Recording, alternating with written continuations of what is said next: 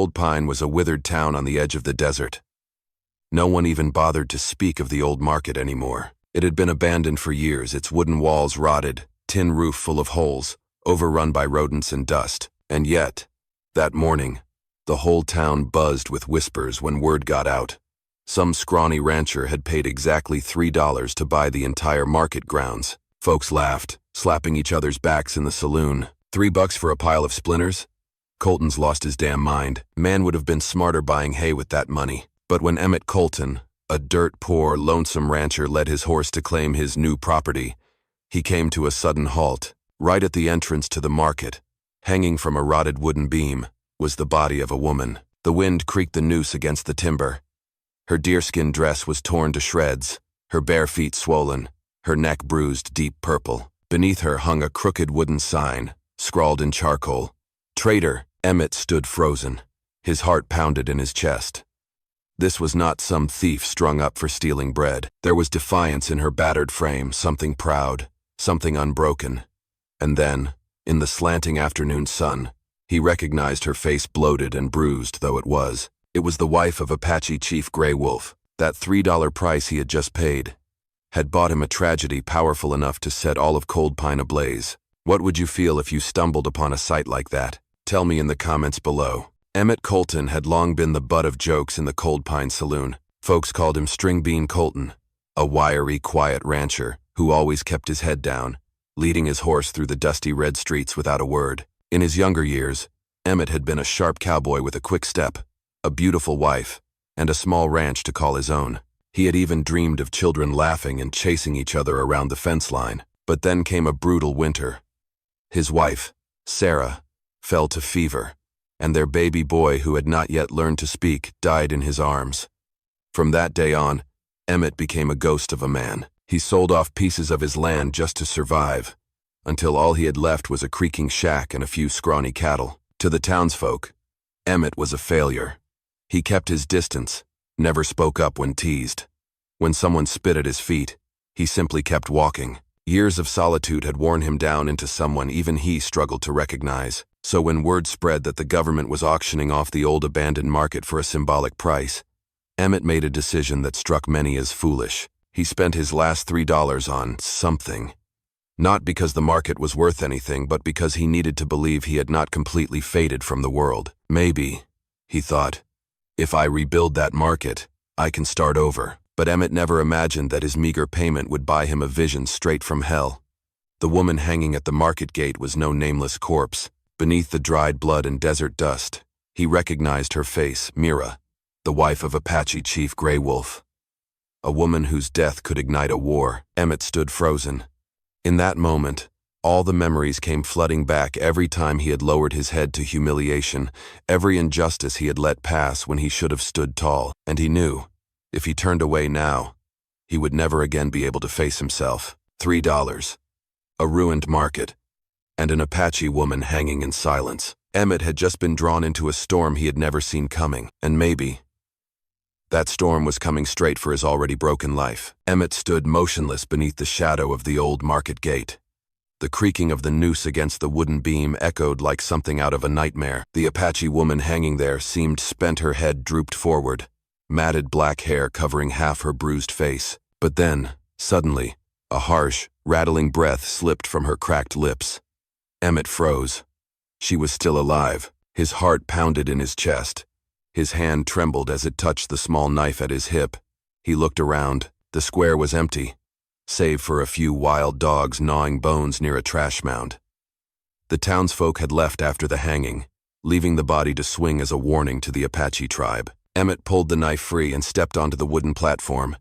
His fingers shook as they reached for the rough rope. If he cut it, he would be siding against the entire town. But if he walked away, he would be a coward. The heavy breathing came again, faint but insistent, urging him forward. Emmett clenched his jaw and slashed the blade across the rope. It snapped with a loud twang. The woman's body dropped, hitting his chest like a stone.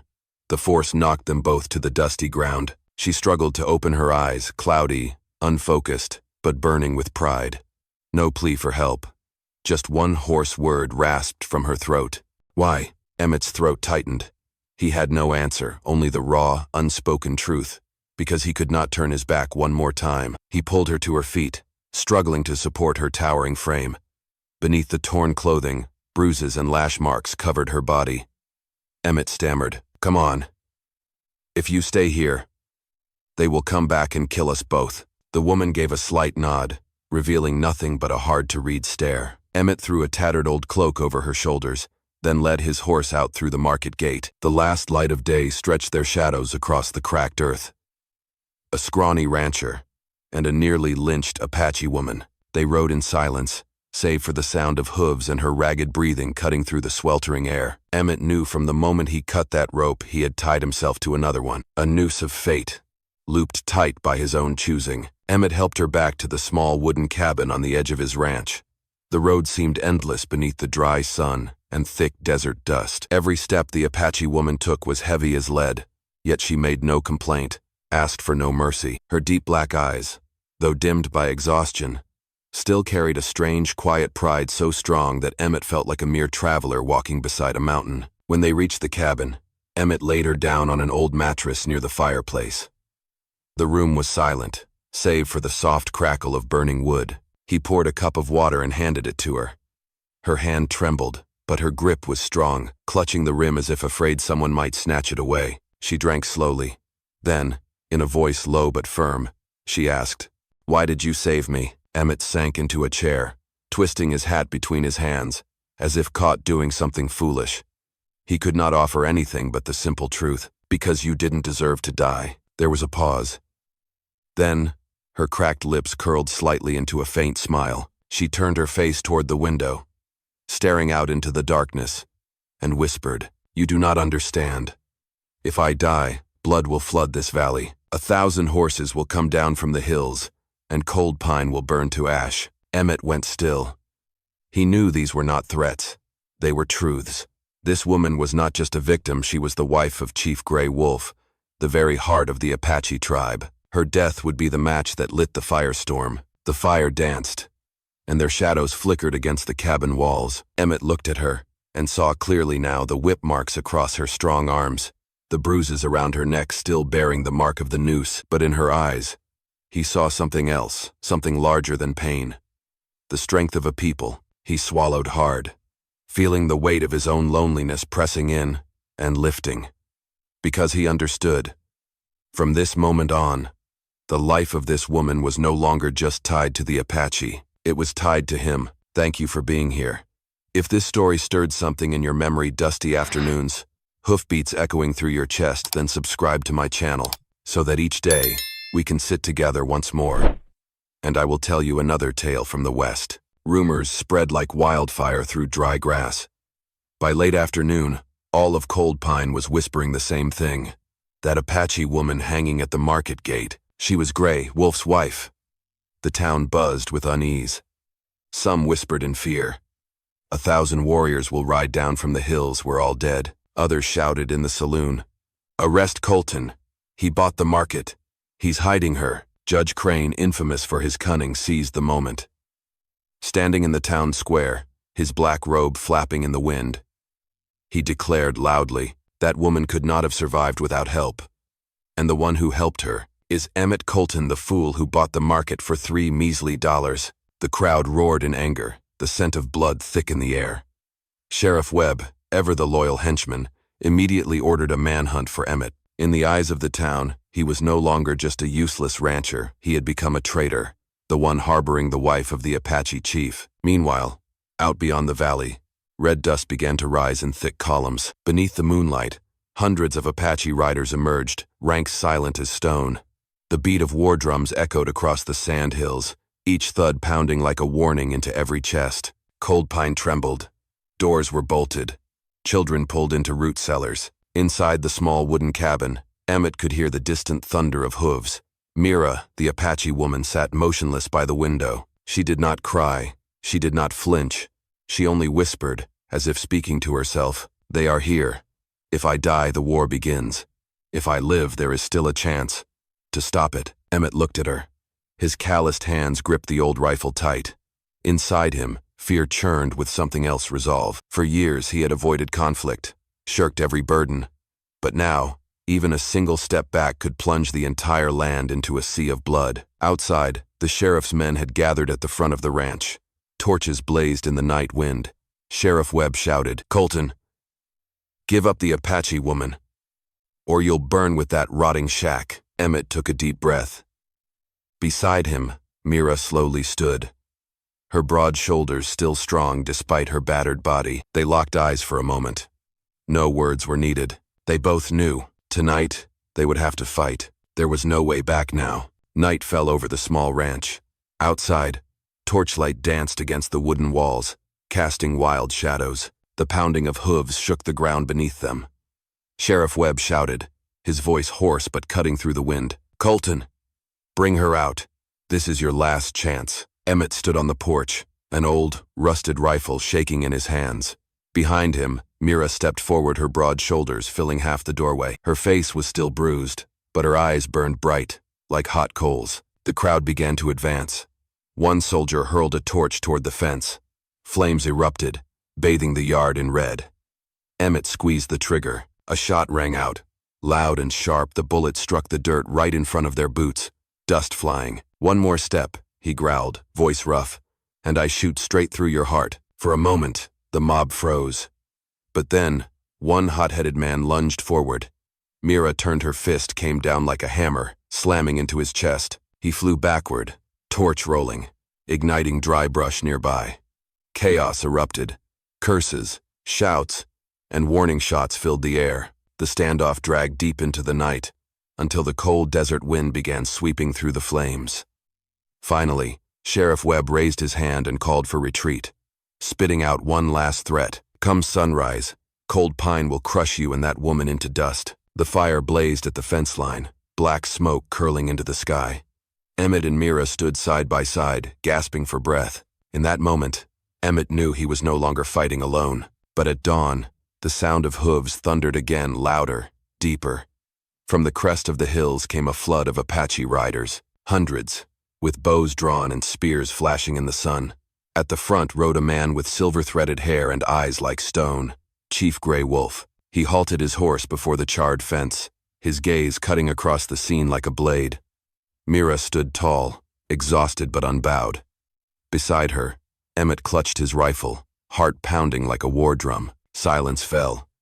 The entire town watched from a distance, holding its breath. One command, just one, and blood would flood the valley. The Apache cavalry lined up across the square of Cold Pine, horse dust rising in thick clouds. The townspeople huddled together like birds driven into the fire, trembling with fear. On the courthouse steps stood Judge Crane in his black robe, flanked by Sheriff Webb and his armed men. Crane raised his hand and pointed straight at Emmett, shouting as though he held the power of justice itself. It was Colton who hanged that Apache woman.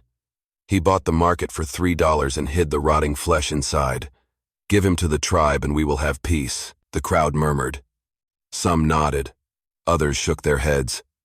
The Apache growled.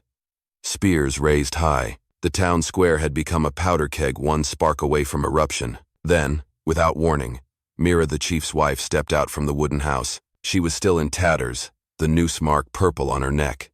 But her eyes burned bright. Her voice was hoarse, but thundered across the square. "Lies! It was them!" Her finger pointed directly at Crane and Webb. "They captured me, hung me at the market gate to sow hatred. They wanted war, wanted both worlds to tear each other apart, so they could seize the land and gold for themselves." The murmurs turned into roars. For a moment, silence gripped the square, and then chaos erupted. Apache warriors slammed their spears into the dirt. Townsfolk cursed and shouted. The truth had been laid bare. Crane's face turned ghost white, his voice cracking. "Lies. Who would believe the word of an Apache woman?" But before Sheriff Webb could draw his gun, Emmett stepped between him and Mira. His old rifle thundered. The bullet struck the courthouse step, inches from Webb's boots. Emmett's voice was raspy, but firm. "That's enough. Last night they tried to burn my house. This morning, they want this town's people to die for his lies. Foolish, isn't it? And you call that justice?" The crowd roared back. A group of townspeople who had long hated Crane rushed forward. The Apache charged down as well. Gunfire, blades, screams all rolled into a storm. In the chaos, Sheriff Webb fell at the town gate. Crane was dragged off the courthouse steps, and the same noose he once ordered for others now closed around his own neck. When the dust finally settled, the square was filled with smoke and blood. Mira stood trembling, but upright. She turned to Emmett, gave him a slow, steady nod. "You cut the rope from my neck, and cut the rope from war itself." Chief Grey Wolf rode forward and pulled his wife into an embrace. Then he looked at Emmett, long and hard, before saying in a low voice, "You are a hero, at least to me, and to my people, and may you wear that title well." The Apache turned their horses and rode out. The townsfolk stood in silence, heads bowed. And there stood Emmett, alone in the smoky square for the first time in his life. He was not hanging his head in shame. Evening settled over Cold Pine. The last light of day filtered through scorched rooftops, casting a pale red glow across the town square like dried blood on an old scar. The crowd had dispersed, the noise fading into silence.